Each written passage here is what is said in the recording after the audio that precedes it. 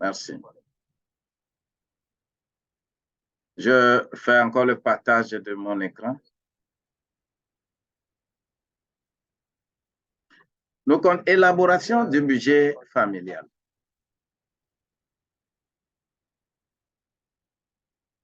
Il faut élaborer son budget familial.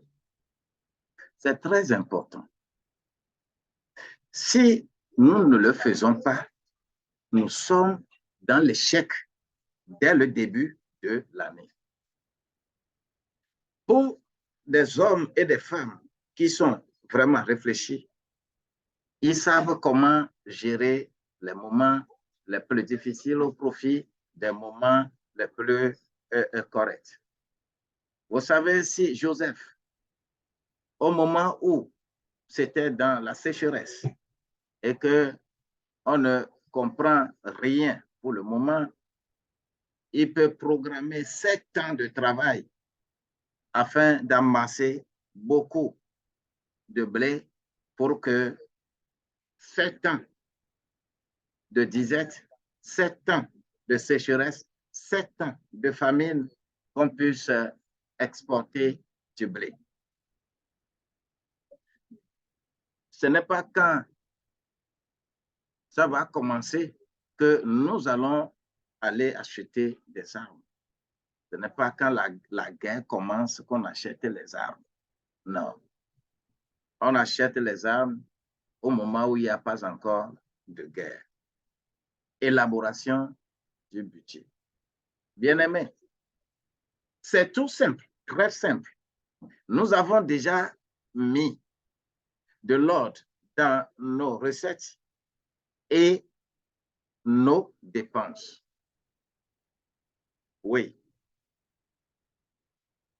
Et lorsque je fais les préalables, d'abord, il faut l'accord des époux.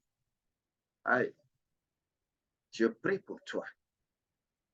Toute discorde entre toi et ton époux, entre toi et ton épouse, qui fait que vous n'arrivez pas à vous entendre, au nom de Jésus-Christ, que ces murs soient brisés. Si vous pouvez vous entendre sur l'utilisation de vos ressources, vous serez dans un bon foyer.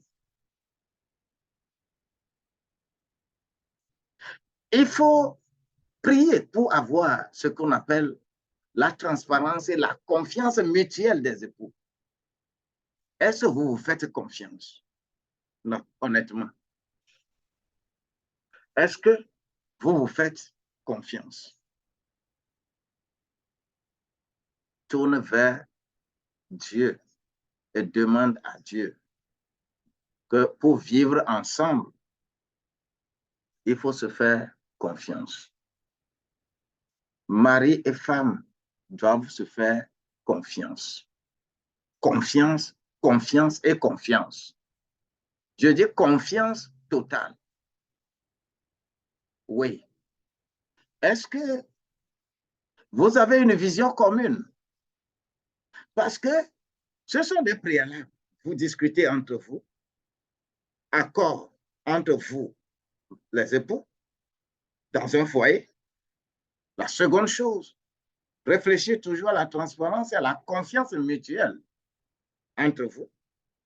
La troisième chose, c'est avoir une vision commune.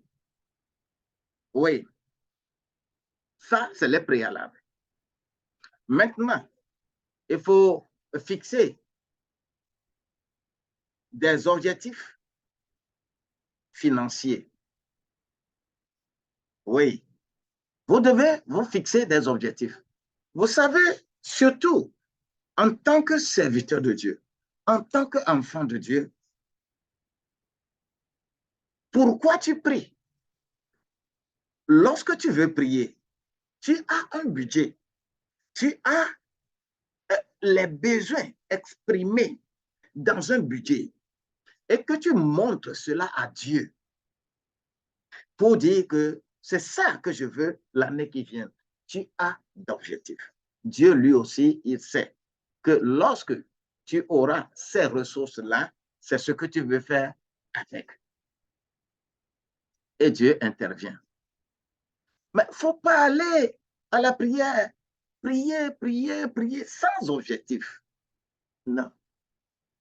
Celui qui n'a pas d'objectif, il commence avec échec.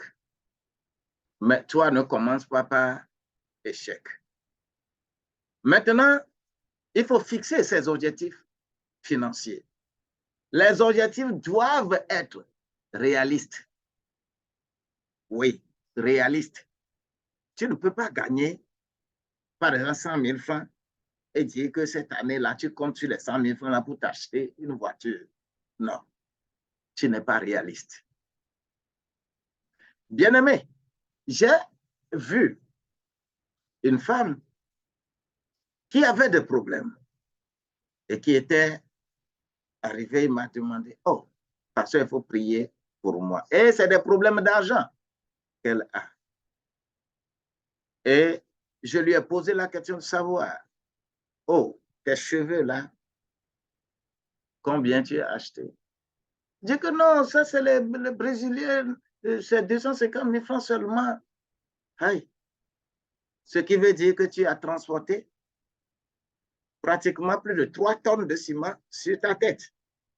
Et que tu dis que tu as des problèmes financiers, c'est toi-même qui t'es mis dans ces problèmes.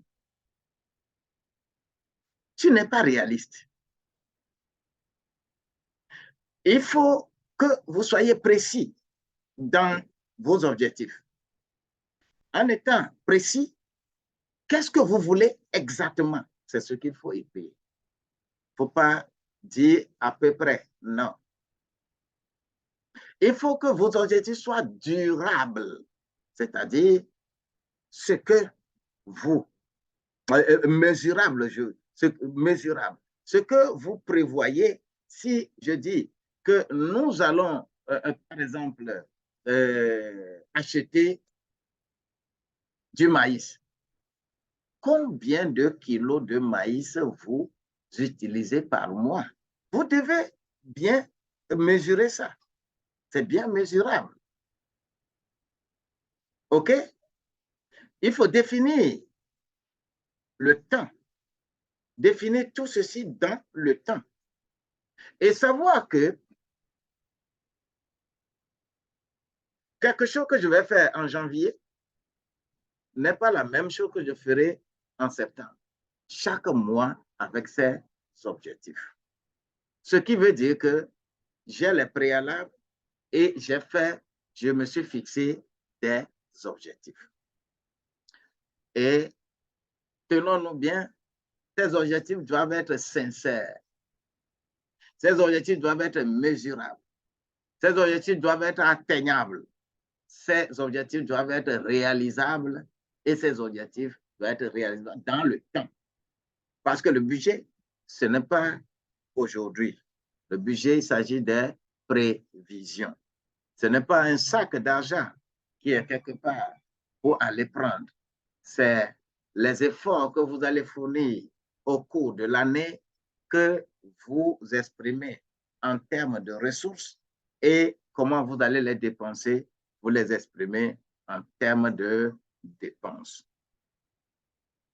Alors, dans cette élaboration, les étapes pour monter un budget familial, il faut des étapes. Il ne faut pas se lever et commencer à faire quelque chose qui ne soit pas réel. Alors, pour monter le budget familial, il faut respecter quelques règles de base. Écoute-moi bien ça. Puisque je vais envoyer l'exercice dans Telegram, au groupe de Telegram. Vous allez télécharger l'exercice là-bas et chacun va faire cet exercice-là.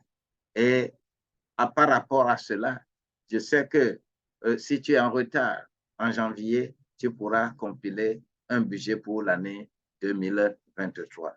Et tu vas l'exécuter pour voir ce que nous sommes en train de dire ici. En effet, concevoir un budget, c'est ajuster à des recettes variables les dépenses étalées dans le temps. Les recettes qui sont variables, il faut étaler les dépenses dans le temps. Ce que vous gagnez, il ne faut pas toujours chercher à tout manger. Il ne faut pas toujours chercher à tout dépenser. Mais il faut avoir une rigueur avec soi. Faire un budget, c'est penser avant de dépenser ou prévoir. Il faut penser avant de dépenser. Dans l'enfance, lorsque on était des enfants, on était encore jeunes, très jeunes, il y avait une équipe ou bien un orchestre qui chantait quelque chose. Oti tomegbe kasia ne ple Yamaha, ebe comfort, ebe calorina, ebe matina lo o awo oblew, fo kofie oblew, fo komie oblew. Iya ma vetete po de o sobo. Ce que tu ne peux pas t'acheter, ne cherche pas à acheter ça. Le temps, laisse le temps au temps. Faire le budget, c'est aussi apprendre à acheter. Lorsque vous budgétisez correctement vos dépenses, vous allez apprendre comment acheter.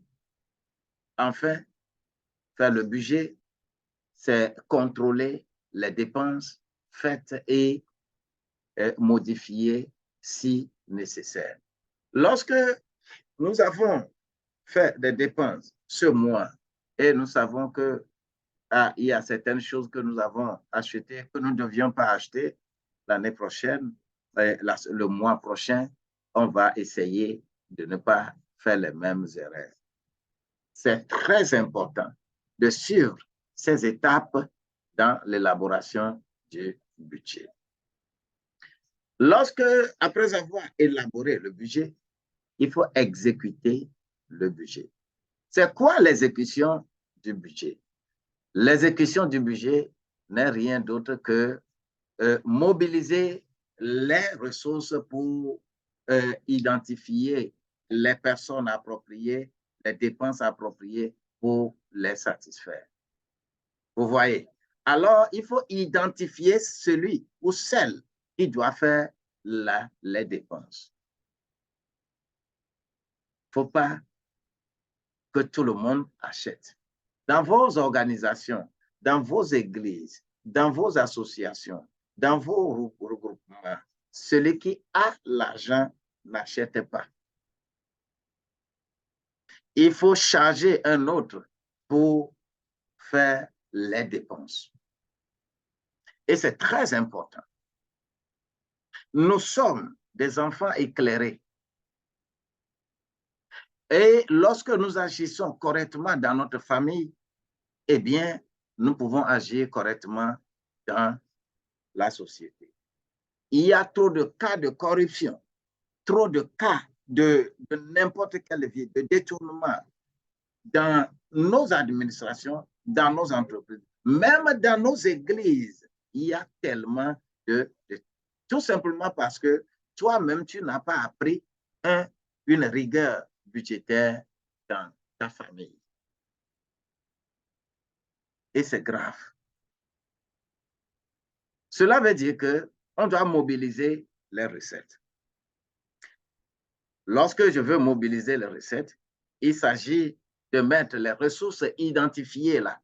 Il faut les mettre à disposition pour que celui qui est chargé d'exécuter les dépenses puisse réellement faire son travail. On mobilise les ressources pour les dépenses. Eh bien, on identifie les personnes en charge de l'exécution de la dépense. Ne cherchez pas à acheter à tout prix. Ce n'est pas parce qu'il y a l'argent que n'importe qui se lève pour acheter. Organisez vraiment cela dans votre famille. Organisez cela dans votre association. Organisez cela dans votre groupe, dans votre église, dans votre ONG. Organisez cela. Et lorsque c'est bien organisé dans votre propre famille, dans votre foyer, vous savez ce que c'est la rigueur budgétaire dans votre foyer. Vous pouvez être efficace dehors. Donc, la personne qui doit être chargée pour faire les dépenses, cette personne doit être disponible. Cette personne doit être organisée. Cette personne doit être rigoureuse. Et cette personne doit avoir ces qualités-là pour effectuer les dépenses pour le groupe, pour la famille. C'est important. Vous allez voir, je vais dire un coucou spécialement quelquefois à nos épouses. De temps en temps, quand un homme va et trouve quelque chose et l'acheter pour venir faire plaisir à sa femme à la maison, si tu ne sais pas faire, tu vas t'énerver. Tout simplement parce que quand tu amènes la chose, la première chose que la femme va te demander, combien tu l'as acheté. Ce n'est pas la qualité que tu as amenée, combien tu as acheté ça. Et ce qui est caché derrière, c'est que on ne t'a pas triché maintenant. Ça là, ça achète ceci, ça achète cela. Alors, je voudrais te convier à avoir d'un commun accord certaines choses avec ton épouse. Et nota bene, avoir toujours à disposition les reçus et de toutes les dépenses. On ne peut pas te dire que quand tu vas au marché, il faut, quand tu achètes du piment, il faut avoir le reçu. Quand tu achètes petit poisson, il faut avoir du reçu. Mais lorsque cela en est ainsi, fais bien un répertoire. Fais la liste là et toi-même, tu t'organises correctement pour savoir c'est à tel prix, c'est à tel prix, c'est à tel prix.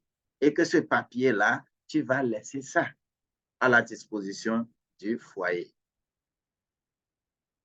Si vous ne le faites, vous ne faites pas des choses comme ça, le foyer souffre toujours parce que tant que vous êtes ensemble, vous devez réaliser des choses pour demain. Demain, quelqu'un va dire à l'autre que c'est toi qui gaspille l'argent. C'est toi qui fais que je n'ai pas réalisé ceci ou je n'ai pas réalisé cela. Parce que vous ne vous entendez pas pour faire un budget conséquent. Bien-aimé, un exercice va être envoyé dans le groupe Telegram. Et dans ce groupe-là, je nous convie les audios, les vidéos et les exercices sont là-bas. Chacun n'a qu'à chercher à s'exercer. C'est une rigueur, c'est du bien que je suis en train de faire pour vous en tant que couple. Même si toi, tu ne t'es pas encore marié, je voudrais te demander de commencer à faire ce qu'on appelle la rigueur budgétaire. La vie est courte. Il ne faut pas dire que si je savais. C'est pourquoi je passe à ceci. L'année 2023, je voudrais imprimer en quelqu'un la notion de rigueur budgétaire. Toi aussi, tu vas réaliser quelque chose. À la fin de l'année, tu réaliseras quelque chose. Cela ne dépend pas de combien tu gagnes. Quelqu'un peut gagner 100 000 francs et réaliser plus que celui qui gagne 500 000 francs. Tout est lié à ce qu'on appelle l'organisation budgétaire. Si vous le faites, c'est pour votre bien.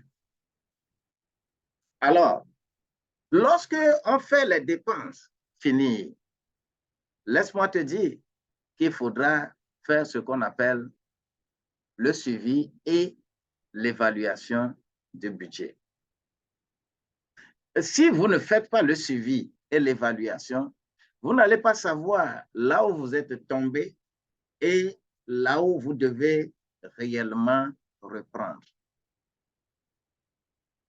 C'est pourquoi il est évident de faire le suivi et évaluation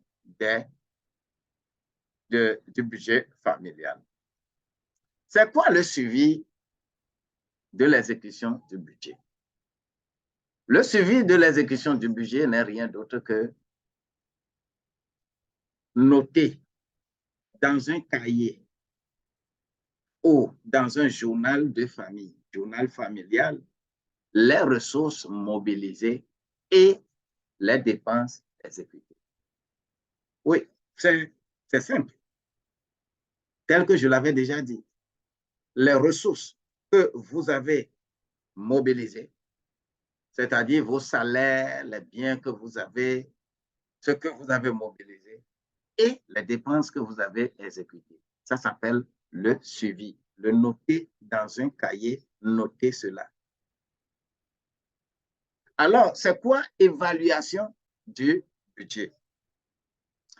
Évaluation du budget consiste à sortir les écarts et à les analyser.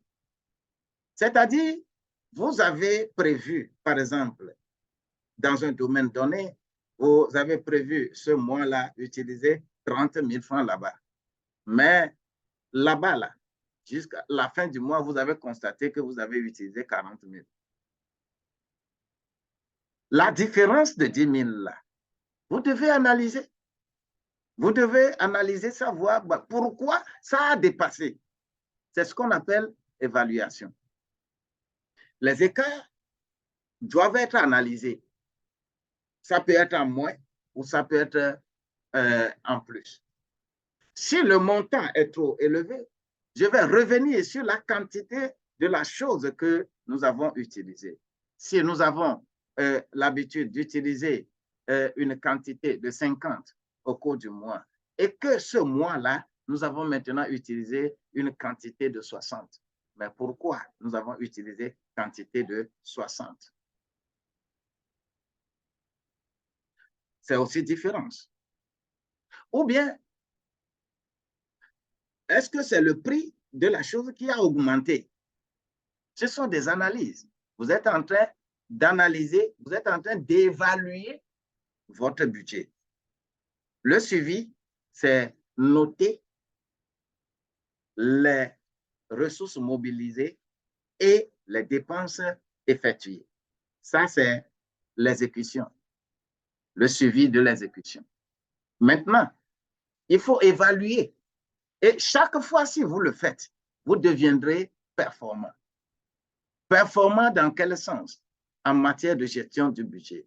Et votre service, et quand vous serez en famille, quand vous serez dans l'organisation, dans votre service, dans l'église, dans votre association, dans votre ONG, vous serez utile parce que vous exercez déjà cette rigueur budgétaire dans votre foyer. Alors, les avantages du budget familial. Cette présentation, cette vidéo va être plus longue. Je préfère aller comme ça et terminer. Les avantages du budget familial. Si le budget familial va nous aider, eh bien, il faudrait que nous soyons conscients. Le budget familial, la pratique de ce budget familial nous permet d'avoir plus de visibilité dans nos finances.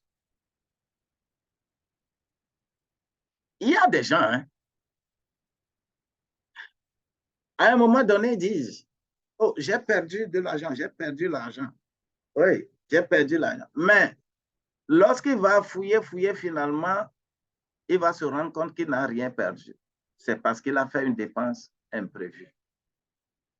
Que cela ne soit pas ainsi pour toi. La pratique du budget familial nous permet d'éviter de payer des pénalités. Si vous êtes réellement dans la gestion de votre budget, vous n'allez pas oublier, par exemple, facture d'électricité, vous n'allez pas oublier facture d'eau et on va couper avant que vous ne payiez encore des pénalités. Vous n'allez pas oublier ça parce que ce sont des dépenses auxquelles vous deviez faire face. La pratique du budget permet d'acquérir de la considération de la part des banquiers. Parce que lorsque vous faites un crédit à la banque vous demande toujours le plan de votre maison, là où vous habitez. La banque vous suit. Si vous avez bien utilisé l'argent, vous avez de la crédibilité. Est-ce que vous savez que la banque peut vous accuser que vous avez détourné les fonds que vous-même vous avez fait prêt et vous deviez rembourser? Parce que vous avez écrit que vous voulez faire telle chose avec l'argent prêté. Mais vous faites autre chose. C'est grave et c'est dangereux. On peut vous accuser. La pratique du budget familial nous permet de se faire plaisir souvent. Parce que vous avez prévu un poste pour vos plaisirs. La pratique du budget familial nous permet de comprendre mieux le monde des finances. Lorsque des gens sont en train de parler sur les finances, tu es en train déjà d'exercer les finances chez toi. Tu vas vite comprendre. Si on dit que l'État est en train, le Parlement est en train de voter le budget, on a le processus, tu connais. Toi, tu peux en parler aux autres parce que tu pratiques la gestion du budget chez toi. La pratique du budget familial nous permet de faire des opérations bancaires dans la sérénité. Lorsque tu fais les opérations bancaires, et tu ne fais pas ça pour faire n'importe quoi avec. Et cela te permet, en tant qu'entrepreneur, en tant que commerçant, vous n'allez pas quand même aller puiser sur le compte de ton entreprise pour aller faire cadeau de mariage à quelqu'un. Cela n'est pas répertorié dans les dépenses de l'entreprise. C'est pourquoi vous, tous ceux qui êtes dans, créez votre entreprise, fixez-vous des salaires. Si vous ne vous fixez pas de salaire, vous avez des problèmes parce que vous n'avez pas la rigueur budgétaire sur vous-même dans votre maison. La pratique du budget familial nous permet d'acquérir le sentiment d'autonomie. Nous sommes autonomes. Nous-mêmes, nous sommes autonomes. Cette pratique budgétaire familiale nous permet d'avoir le pouvoir d'épargner parce que vous avez bien planifié vos dépenses. La pratique budgétaire familiale nous permet de clarifier ses ressources selon sa vie. Et les ressources que tu as, ce que tu gagnes, c'est sa vie que tu mènes. Quelqu'un ne peut pas gagner. Tu es en train de travailler et que tu gagnes 100 000 francs et tu veux louer une chambre à 60 000 francs. Tu as des problèmes. Que la grâce de Dieu nous accompagne. La pratique du budget familial nous permet de chercher activement et licitement les ressources. Quand ça ne suffit pas, il faut avoir toujours des initiatives pour combler le trou. La grâce de Dieu doit t'accompagner. La pratique du budget familial me permet d'investir facilement parce que c'est l'investissement qui constitue le fruit de la justice que nous avons répertorié dans 2 Corinthiens chapitre 9, versets 10 et 11. C'est important. Cette pratique-là nous permet de mieux dormir et de ne plus être perturbés. parce que vous avez votre rigueur budgétaire. Personne ne peut venir frapper à votre porte n'importe comment pour dire que tu me dois, tu ne seras pas surpris. Et cela fait que tu n'auras plus d'angoisse, tu n'auras plus de stress, tu n'auras plus de baisse des charges de remboursement. Hein? Et cela est important pour toi. En somme, nous pouvons dire que établir un budget familial permet de contrôler quoi? De contrôler ses dépenses pour éviter qu'elles soient supérieures à vos recettes. La pratique du budget nous permet de penser avant de dépenser et prévoir et planifier. C'est très important. Le budget familial te permet d'apprendre à acheter. Tu ne savais pas acheter, tu achètes n'importe comment. Tu vas apprendre à acheter. La pratique du budget familial permet d'éviter des situations de surendettement. Si tu es endetté, bien-aimé, ne sois pas surendetté. Cela veut dire que la grâce de Dieu nous accompagne. Bien-aimé, la vidéo va être trop longue. Je vais encore couper pour une dizaine de minutes et revenir sur nous entretenir sur la 4e session qui est quelques méthodes de répartition des ressources. Quand tu gagnes, quand tu gagnes de l'argent, il faut avoir des méthodes de répartition de vos ressources. Et quand vous avez ces méthodes-là, il est évident que vous serez au-dessus des dépenses exorbitantes. Je reviens dans quelques minutes. Je reviens dans quelques minutes pour faire cette présentation. Que le Seigneur vous bénisse.